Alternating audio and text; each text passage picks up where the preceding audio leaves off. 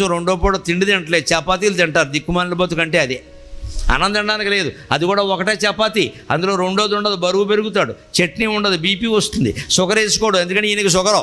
ఇంకెందుకది ఒక చపాతీ కోసం 100 కోట్లు సంపాదించాడు, సిగ్గులేకపోతే సరి.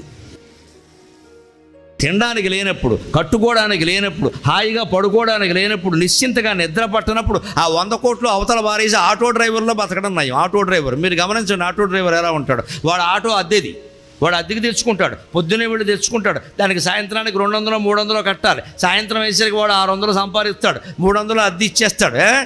ఇంకొక 100 రూపాయలు ఇతర ఖర్చులు, పెట్రోలు అవన్నీ పోతాయి వాడికి 200. ఇక 200 మిగులుతుంది కదా, 100 శుభ్రంగా వేసేస్తాడు. వాళ్ళ లెక్క వాడిది. వేసేసి ఇంటికి వెళ్ళి 100 ఇస్తాడు. చంపేస్తాను, పులుసుకో 2 పెట్టలు అయితే చంపేస్తానంట. వాడు పెళ్ళాం మహాపతివ్రత, వాడు చెప్పినట్టు వింటుంది.